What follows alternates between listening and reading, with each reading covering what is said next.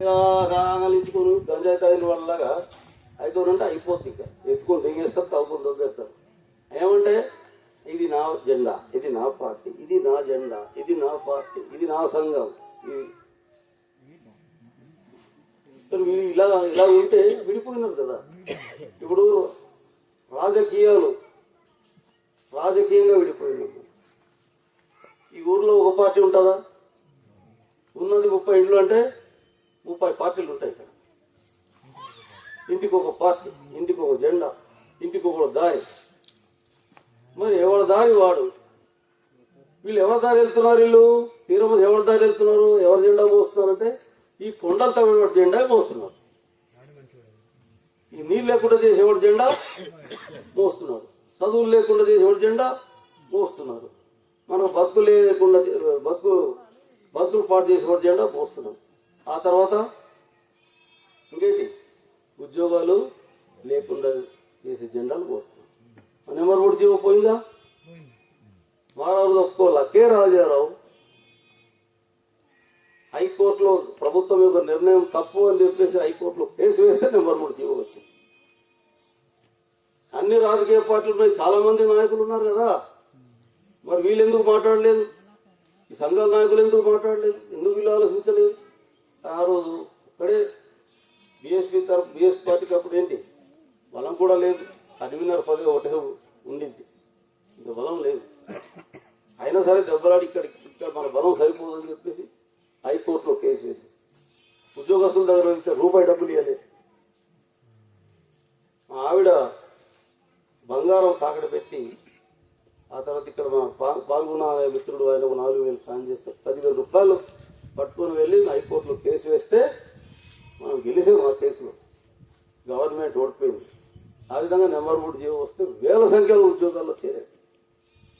వీళ్ళందరూ నాకు సపోర్ట్ చేస్తున్నా ఉద్యోగంలో ఉన్నటువంటి వాళ్ళు ఒక్కొక్కడు 10 ఓట్లు వేస్తున్నా నేను 70,000 ఓట్లతో గెలుస్తున్నాను.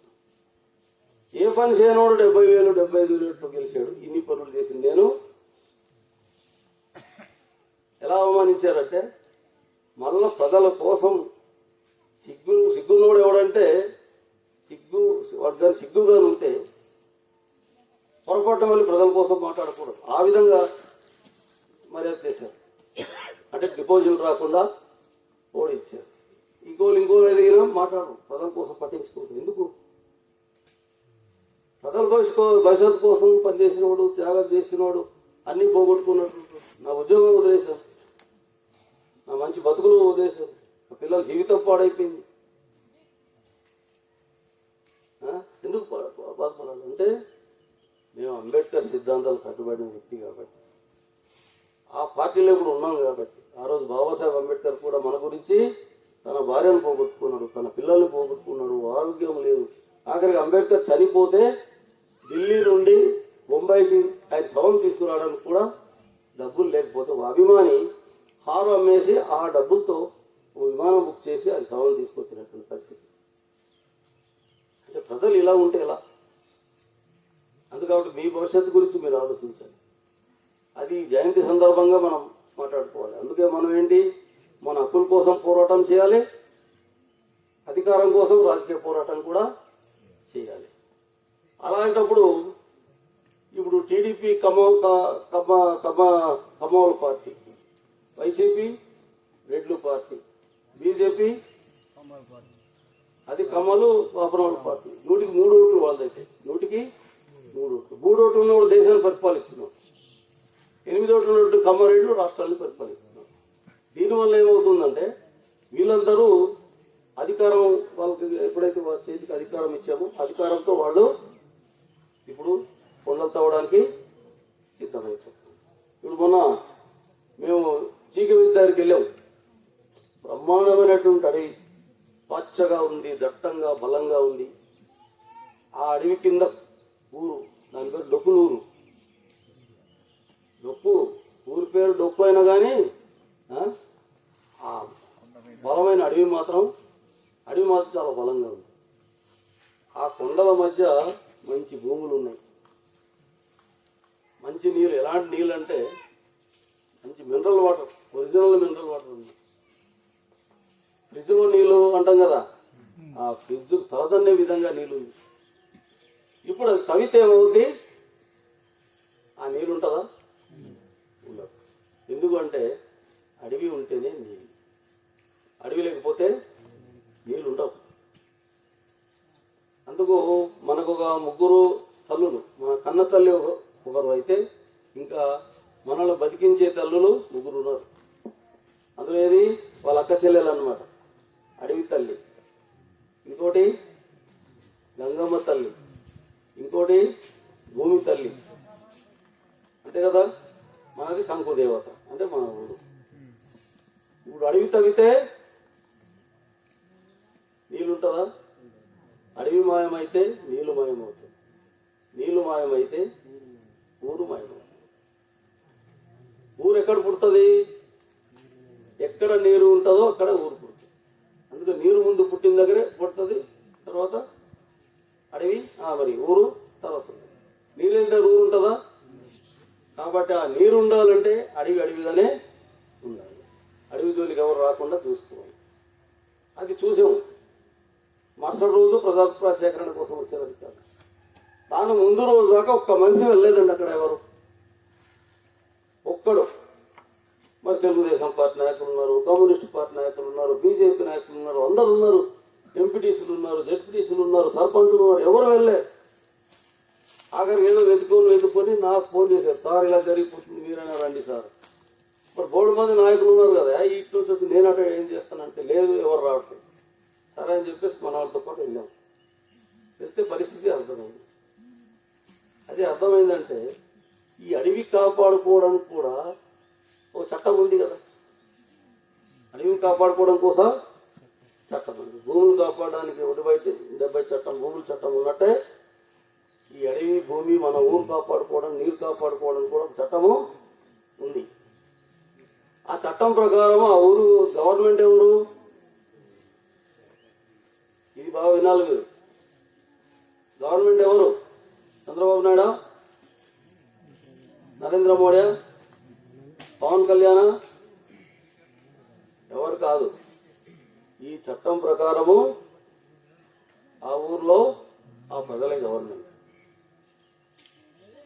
ఆ ఊర్లో ఎవరు? ప్రజలే గవర్నమెంట్. మన ఊర్లో మనమే గవర్నమెంట్.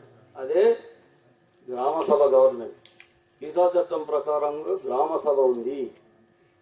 ఆ గ్రామ సభ ఈ అడవిని కాపాడుతుంది, ఈ భూమిని కాపాడుతుంది, ఈ తాగడానికి నీళ్లు కాపాడుతుంది, మన పొలం నీళ్లు కాపాడుతుంది, మన ఊరు కూడా కాపాడుతుంది, మన తాగే నీళ్లు కాపాడుతుంది. అది ఎవరు కాపాడుకోవాలి? గవర్నమెంట్ ఎవరు? చంద్రబాబు నాయుడు కాపాడుతాడంటే కాదు. ఆయన ఎవరితో ఉన్నాడు? నరేంద్ర మోడీతో ఉన్నాడు. నరేంద్ర మోడీ ఎవరితో ఉన్నారు? అదానీలు, అంబానీలతో ఉన్నాడు. నీ ఊరు ఉంటే ఎవరికి పోతే, నీవు బతికి ఉంటేటి, నువ్వు సస్తే. మన ప్రాణాలకే విలువ లేదు ఇక్కడ ఈ దేశంలో, ఈ రాష్ట్రంలో. అందుకాబట్టి మన ప్రాణం మనం కాపాడుకోవాలనుకున్నట్టయితే, మన ప్రాణం మనం నిలబెట్టుకోవాలనుకున్నట్టయితే అది నీ చేతిలోనే ఉంది. కాబట్టి నీ ఊళ్ళో ఎవరు గవర్నమెంటు? నీవే గవర్నమెంట్. ఆ విషయం తెలుసా మీకు? తెలుసా లేదా? ఇప్పుడు ఎందుకు మీరు గవర్నమెంట్ అంటే, ఇప్పుడు ఉదాహరణకి ఇక్కడ ఈ కొండ ఉంది కాబట్టి నీళ్ళు ఉంది. ఇక్కడ గనులు తవ్వుకుని వెళ్ళడం కోసం అని చెప్పేసి ఎవడో వస్తాడు. ఎలా ఆపుతారు మీరు చెప్పండి? ఎవరు ఆపుతారు? ఎలా ఆపుతారు చెప్పండి? తెలుసా తెలియదా? తెలియదు. కత్తులతో ఆపుతామా? బోట్లతో ఆపుతామా? కొన్ని ఇంటి బదులతో కొట్టడమే మర్చిపోయాం మనం. ఆ ఇంటి బదులు కూడా లేదు ఇళ్లలో. ఉన్నదా? మన ఊరికి ఎన్ని ఇల్లు బద్దలు ఉంటాయి? ఇంటికి 2-3 ఉంటాయి, 4 కూడా ఉంటుంది. చిన్న పిల్లలు కూడా ఆడుకునేటవారు ఇంటి బద్దలు. ఇప్పుడు ఆ ఇంటి బద్దలు లేదు, పూల ఇంటి బద్దలు లేదు, గుడ్డలకేమో పదులు లేదు. ఒకవేళ ఉన్నా కానీ నీ వెళ్ళి ఇలా చేసేలోపు తప్పుమంటది. ఉండేలు బద్ద పిట్ట కొడతాం కదా, పిట్ట ఎగిరేలోపు తగిలిందానికి పడిపోతుంది పిట్ట. అలాగే మనం పిట్టల్లో వాళ్ళమే, వాళ్ళ దగ్గర ఆయుధాలు ఉన్నాయి, ఎక్కడో ఉంటాడు, పట్టమని కొడతాడు, అయిపోతాం. అలా కాదు, ఆడ ఎంత బలం ఉన్నా కానీ మనం కత్తులు గొడ్డలతో పట్టుకొని వెళ్తే ఇలా జరుగుతుంది. కానీ ఈ చట్టం ప్రకారం చట్టాన్ని ఉపయోగించాలి. ఈ ఊరు కాపాడుకునే అధికారం గ్రామ సభకు ఉంది, అడవి కాపాడుకునే అధికారం గ్రామ సభకు ఉంది, నీళ్లు కాపాడుకునే అధికారం ఆ అధికారం రాజ్యాంగం ఇచ్చింది.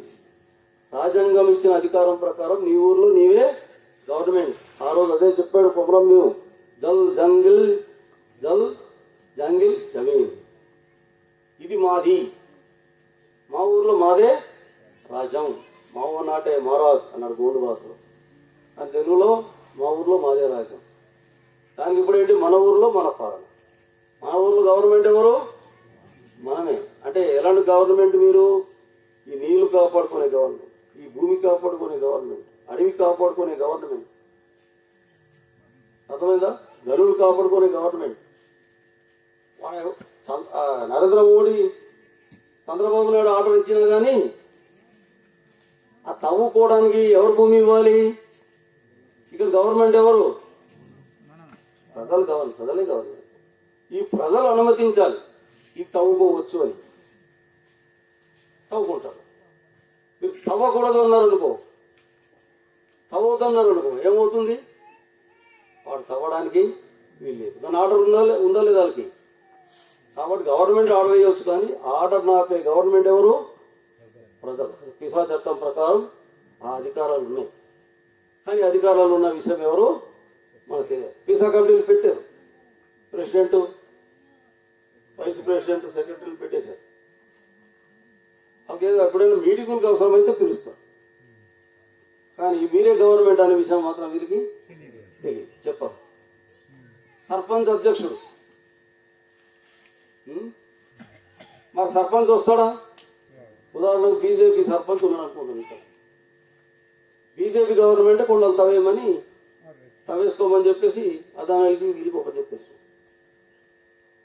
మరి బీజేపీ చెప్పినట్టు బీజేపీ సర్పంచ్ వింటాడా, ఓటుతో గెలిపించినటువంటి ప్రజలు చెప్పినట్టు వింటాడా, ఎటు వింటారు. ఇప్పుడు దాకా ఏ సర్పంచులు ఎంపీటీసీ అంటే ఎక్కువ మంది ఎవరి పక్క ఉన్నారు, కొండలు తవ్వేటి పక్కే ఉన్నారు, భూమి జోలికి వచ్చేటోడు పక్కే ఉన్నారు, కానీ ప్రజల పక్క లేరు. అందుకే ఇప్పుడు ఏం చేయాలి, అయితే ఇప్పుడు గ్రామ సభ ఎలా చేయాలి, గ్రామ సభ ఒక పద్ధతి ఉంది, అడ్డుకోవడానికి ఒక పద్ధతి ఉన్నది.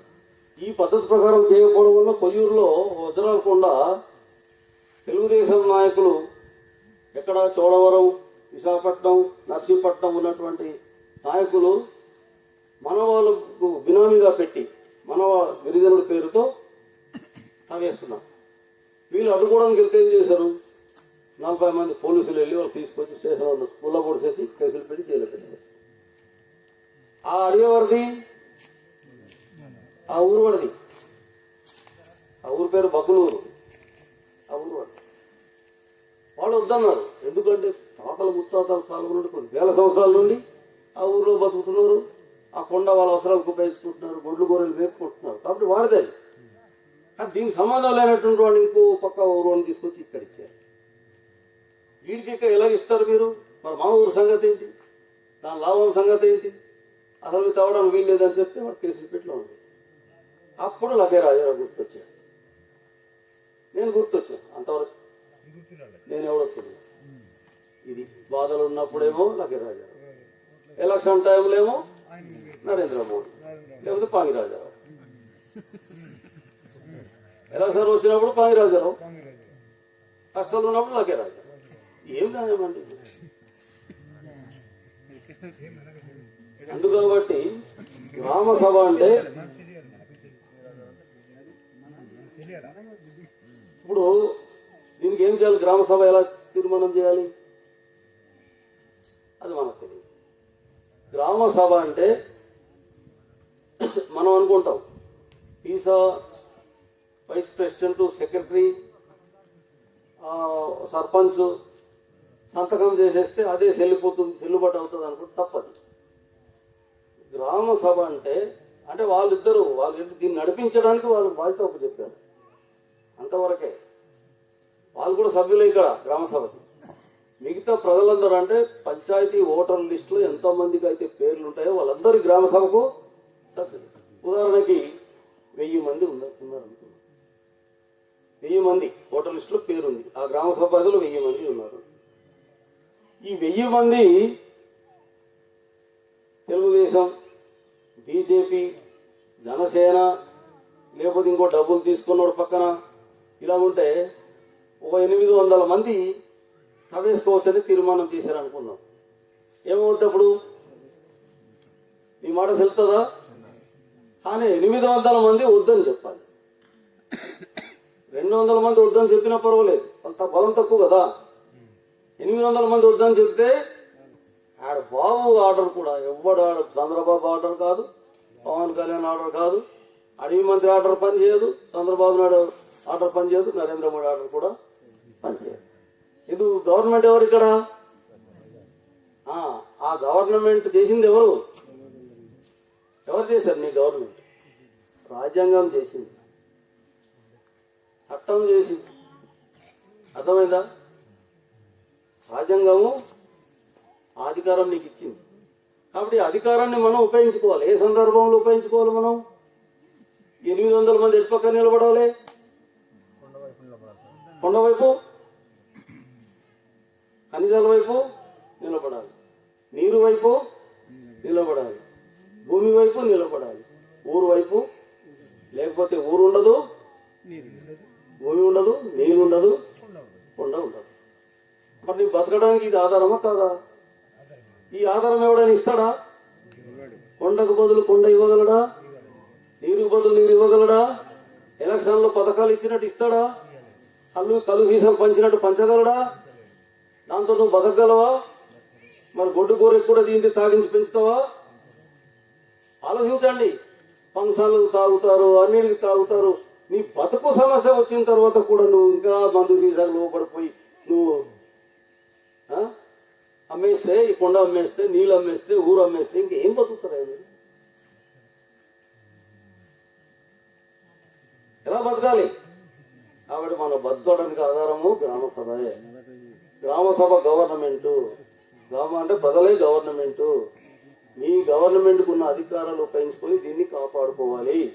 అది కాపాడాలన్న ఉద్దేశంతోనే మనం ఆల్ ఇండియా ఆదివాసీ స్వయం పాలన సాధన సమితి అనేది ఏర్పాటు చేశాము. అది జిల్లా కమిటీలు ఏర్పడ్డాయి. మన రంపచోడవరం వెళ్ళాం, పోలవరం జిల్లా కమిటీ, మన విశాఖపట్నం వస్తే రాష్ట్ర కమిటీ కూడా ఏర్పాటు చేశాం. ఎందుకంటే గవర్నమెంట్ వాళ్ళకి ఏం సలహాలు ఇవ్వడం లేదు కాబట్టి, ఈ విషయాలు చెప్పడం లేదు కాబట్టి స్వయం పాలన సాధన సమితి విభాగాలు ప్రతి గ్రామ సభలో కూడా ఏర్పాటు చేసి అక్కడ ఉన్నటువంటి ప్రజలకి ఆ తీసా కమిటీ నాయకులు ఎవరైతే ఉన్నారో, గ్రామసభ నాయకులు ఎవరైతే ఉన్నారో వాళ్ళందరికీ ఒక తాటి మీదకి నడిపించాలి. అంటే ఎంతమంది ఎలా బలపడాలి? అక్కడ ఒక గ్రామ సభకి 1000 మందిలో కనీసం 700 మంది అయినా నిలబడాలి. మన బతుకు కోసం నిలబడాలి, మన ఊరు కోసం నిలబడాలి, తాగే నీళ్ళు కోసం నిలబడాలి. కళ్ళు సీసాగా నిలబడితే, మాంసం ముక్కలకు నిలబడితే, పడిచిన డబ్బుల కోసం నోట్లు కట్టలకు నిలబడిపోతే ఏమైపోద్ది? ఆ ఇచ్చిన డబ్బు ఎన్నో ఉండదు. కానీ ఇది ఉంటే కొన్ని తరాలు మనల్ని పోషిస్తుంది. ఎందుకంటే అది మన తల్లి. ఇంకో విషయం, మన ఏటీఎం ఏది? అడవి తల్లి. అడవి మన ఏటీఎం. అడవి ఉండడం వల్ల చూడు, కర్రలు అడవి, వ్యవసాయం అడవిది, కాఫీ పంట అడవి, మిరియాల పంట అడవి, అండెంగులు అడవి, బొడెంగులు అడవి, తేంగలు అడవి, ఆ మందు వేర్లు అడవి. మరి ఎంత ఏటీఎం అండి? డబ్బులు ఉన్నవాడికి బ్యాంక్ ఏటీఎం అయితే మన ఆదివాసులకి ఏటీఎం అడవి. కాబట్టి కాపాడుకుందామా వద్దా? మరి కాపాడుకోవాలనుకుంటే ఈరోజు ఎంతోమంది వచ్చారు. ఇలాగే గ్రామసభ తీర్మానం రోజు వచ్చినారు అనుకో, ఏమైంది? నీకు దేని మీద ఆధారపడి బతుకుతున్నావు? ఆధారము ఎవరి చేతికి వెళ్ళిపోద్ది? సాహుకారు చేతికి వెళ్ళిపోద్ది. మీ ఊర్లు ఖాళీ చేసుకొని మీరు ఎక్కడికి వెళ్ళాల్సిన అవసరం పరిస్థితి వస్తారు. ఎక్కడికి వెళ్తారు మీరు? మీతో పాటు మామిడి చెట్టు పట్టుకెళ్తారా? పిప్పలతోటి పట్టుకెళ్తారా? పసుపుతోటి పట్టుకెళ్తారా? ఈ నీళ్లు పట్టుకెళ్తారా? ఈ భూమి పట్టుకెళ్తారా? ఏం పట్టుకెళ్తారా మీరు? పోని పట్టుకెళ్ళడానికి మనకు ఆ శక్తి లేదు, మనం అది చేయలేదు. ఊరు ఒట్టి చేతులతో వెళ్తాం. వెళ్ళడానికన్నా ఒక గుడిసె వేసుకోవడానికి జాగా ఎక్కడ ఉన్నది? పోలవరంలో అలాగే చేశారు, ప్రాజెక్ట్ కట్టారు.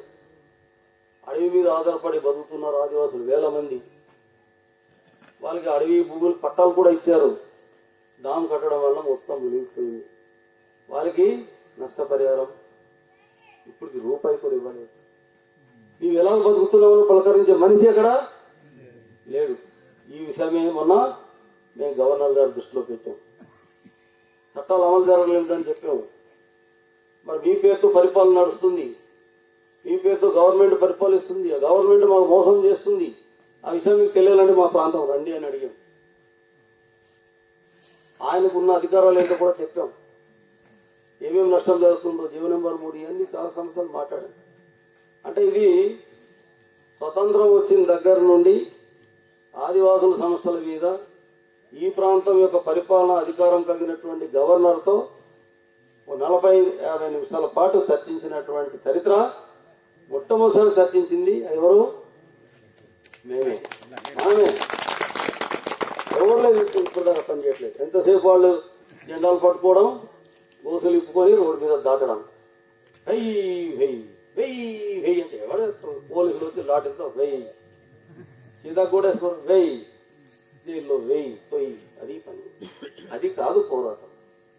మన పోరాటము మన భూమి కాపాడాలి, మన ఊరు కాపాడాలి, నీళ్ళు కాపాడాలి, అడవి కాపాడాలి. కానీ చట్టబద్ధమైన అధికారాలు నీకు ఉన్నప్పుడు నీవేందుకు రోడ్డు మీద దాటడం? ముందు చేయవలసిన పని చేసి అవసరం అనుకుంటే వెళ్ళాలి. రోడ్ ఎక్కితే మన పని అవ్వాలి. దెబ్బలు తినడానికి కోసం రోడ్డు ఎందుకు ఎక్కాలి? దానివల్ల లాభం పొందేటోడు ఒకడు, జైలుకి వెళ్ళేటోడు ఇంకొకడు. ఈ పోరాటం కాదు. అందుకో మిత్రులారా, దీనికోసం ఏంటంటే ఆదివాసీ స్వయం పాలన సాధన సమితి అనేది ఏర్పాటు చేశాం. అది రాష్ట్ర కమిటీ ఏర్పడింది.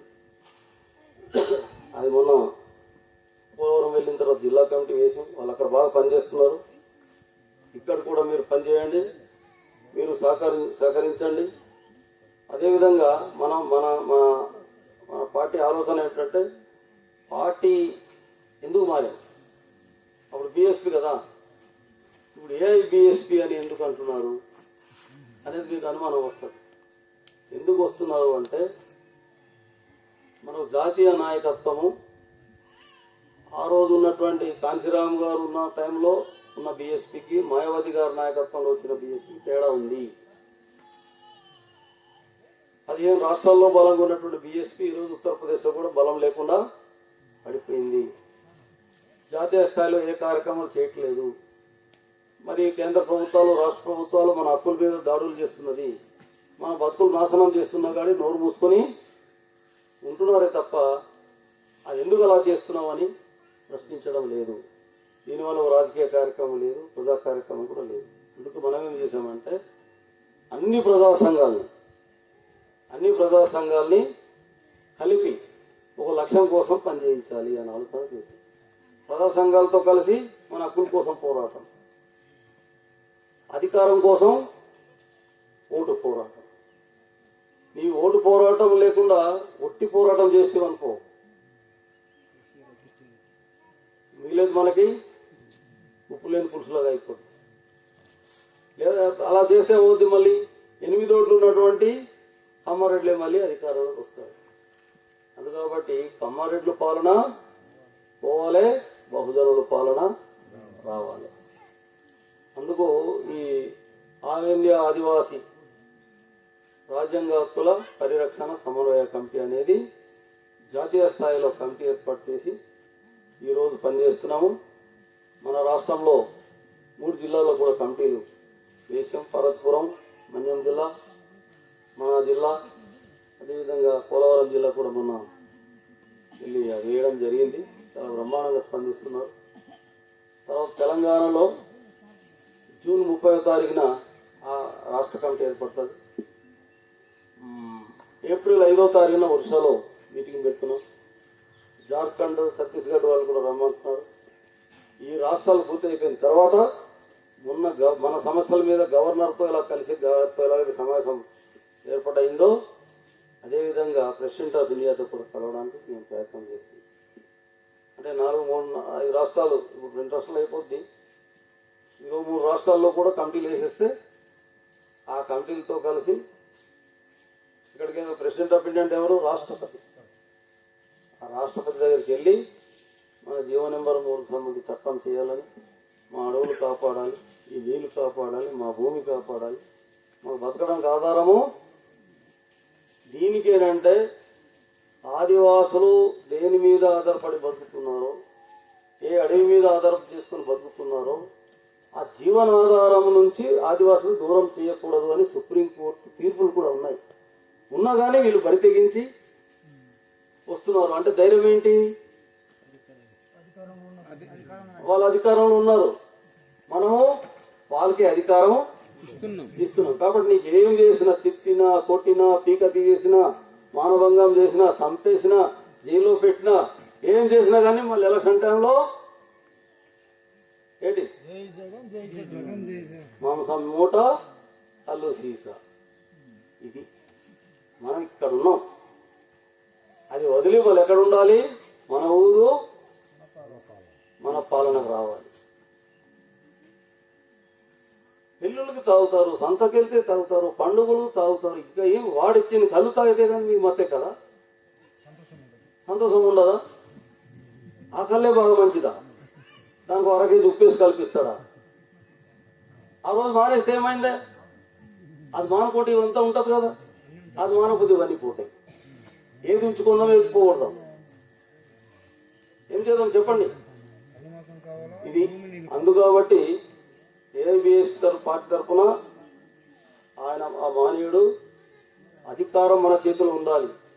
అధికారం మన చేతిలో ఉంటే మన జోలికి ఎవడు రాలేడు. ఆ రోజు నేను ఒక్కో ఎమ్మెల్యే ఉన్నప్పుడే మీ ఒంటి మీద ఈగవలేదు కాదే, ఒక్కో పోలీసు వాడు మీ జోలికి రావడం లేదే.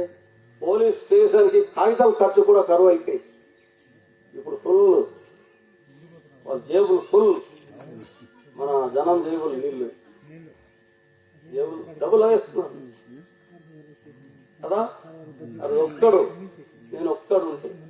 అలాంటిది మనం మన పార్టీ అధికారంలో ఉంటే ఎవడైనా వస్తాడా?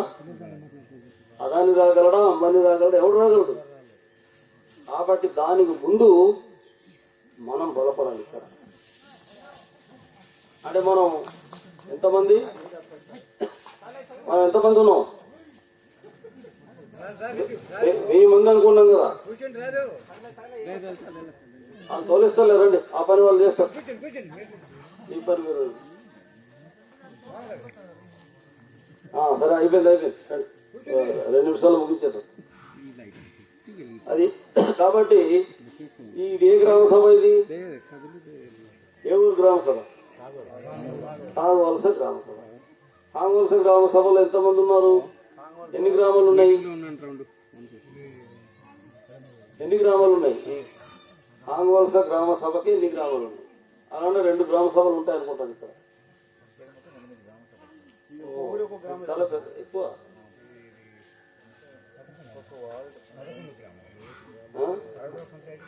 అంటే ఒక గ్రామ సభలో ఇన్ని గ్రామాలని ఉంటాయి. లేదంటే అది పెద్ద గ్రామం, 500-600 ఓట్లు ఉన్నాయనుకో, అది కూడా ఒక గ్రామ సభ అవుతుంది. అది కూడా ప్రతి గ్రామ సభలో 500, 300, 400 మంది ఉన్నారనుకున్నాం. అందులో 300 మంది నీళ్ళ కోసం నిలబడాలి, ఊరు కోసం నిలబడాలి, భూమి కోసం నిలబడాలి, నీళ్ళ కోసం నిలబడాలి, అడవి కోసం, అడవి సంపద కోసం నిలబడాలి. అంటే మన ఏటీఎం అడవి, ఆదివాసుల ఏటీఎం ఏది? డబ్బున్నోళ్ళ ఏటీఎం బ్యాంకు, ఆదివాసుల ఏటీఎం అడవి. ఇది ఉంటేనే మనకు డబ్బులు, లేకపోతే లేదు. ఎంత నిరుపేద అయినా సరే అడవి ఉండడం వలన దాని ఆధారపడి బతకగలుగుతుంది. ఓ పట్టడి కర్రలు పట్టుకొని అమ్మితే డబ్బులు వస్తాయి, అంతే కదా. ఏం లేదు, వడ్డాకులు తీసుకెళ్ళి అమ్మితే డబ్బులు వస్తాయి. ఈరోజు బొడెంగులు ఎంతో తెలుసా? ఈ మినరల్ వాటర్ సీసా ఉంటుంది కదా, లీటర్, అది 1000 రూపాయలు. 2000 లీటర్ సీసా బొడెంగులు 2000. 2 లీటర్లు తీసి ఎంత 4,000 కాదు 5,000 కూడా ఇచ్చి కొనడానికి ఎగబడిపోతున్నారు. అది అలాగా ఏటీఎం అది ఆదివాసులకు ఏటీఎంకి ఇదే మీకు ఉదాహరణ. అడ్డాకులు తీసుకెళ్ళి అమ్ముతున్నాం కదా, మరి ఇవన్నీ అడుగులు తవ్వేస్తే ఏమవుతుంది, ఇవన్నీ కూడా పోతాయి. ఈ ఏటీఎం పోకుండా ఉండాలనుకుంటే ఇక్కడ గ్రామ సభలు బలపడాలి, గ్రామ సభల్లో చైతన్యం అవ్వాలి. ఎలా చైతన్యం అవ్వాలి అంటే ఇక్కడ పార్టీల పరంగా విడిపోకూడదు, మనం కూడా గమనించాలి. ఇది కాపాడడానికి ఏ పార్టీలు మనకు వస్తున్నాయని ఆలోచించాలి. మనం గట్టేసేయాలి వారికి. టీడీపీ వాడు రాలేదనుకో, బీజేపీ వాడు రాడు, జనసేన వాడు రాడు, ఇంకోటి రాడు, రాని వాళ్ళందరూ కూడా ఏం చేయాలి, పక్కన పెట్టేయాలి. మీ గవర్నమెంట్ ఏది, మీ పార్టీ ఏది, గ్రామసభ. ఈ గ్రామ సభలో మీరందరూ ఉమ్మడిగా ఉండి ఎలక్షన్ వచ్చినప్పుడు కూడా మీ పక్షం నిలబడి పనిచేసే వాళ్ళు ఎవరు ఎంచుకుని వాళ్ళకి సర్పంచులుగా, ఎంపీటీసీలుగా, జెడ్పీటీసీలుగా, ఎంపీపీలుగా మీరు గెలిపిస్తే అప్పుడు మీకోసం పనిచేసే నాయకులు, మీకు అండగా ఉండే నాయకులు మీకు ఉంటారు. అంతేగాని జెండాలు మోసుకొని ఆ జెండా మోస్తే అలా వాడు మాంసం పొట్లం ఇచ్చినాడు, కళ్ళు తీసి ఇచ్చాడు కాబట్టి అది నా పార్టీ అంటే ఇంకా మన భక్తులు నాశనం అయిపోతుంది, గాలిలో కలిసిపోతుంది. అందుకని మిత్రులారా, మరి అందుకని ఈరోజు కాంచీరాం జయంతి కార్యక్రమాలు పెద్దపల్లి మండల హెడ్ క్వార్టర్లో చేయొచ్చు, కుకుంపేట హెడ్ క్వార్టర్లో చేయొచ్చు, పాడేరులో చేయొచ్చు. కానీ ఇది గ్రామాల్లో చేయాలి. చేస్తే ఆడ మగ అందరు కూడా వస్తారు, వాళ్ళు వింటారు, వాళ్ళు వినాలి అనే ఆలోచనతోనే ఈ దేశం అంటే కాంచీరాం గారు ఆయన నిస్వార్థం గల నాయకుడు, నిబద్ధత గల నాయకుడు, నిజాయితీ కలిగిన నాయకుడు, మన అధికారం కోసం పోరాటం చేసి ప్రాణాలు బలిదానం ఇచ్చినటువంటి నాయకుడు. అటువంటి నాయకుడు ప్రపంచంలోనే లేడు. అలాంటి నాయకులు మనము తయారు చేసుకోవాలి.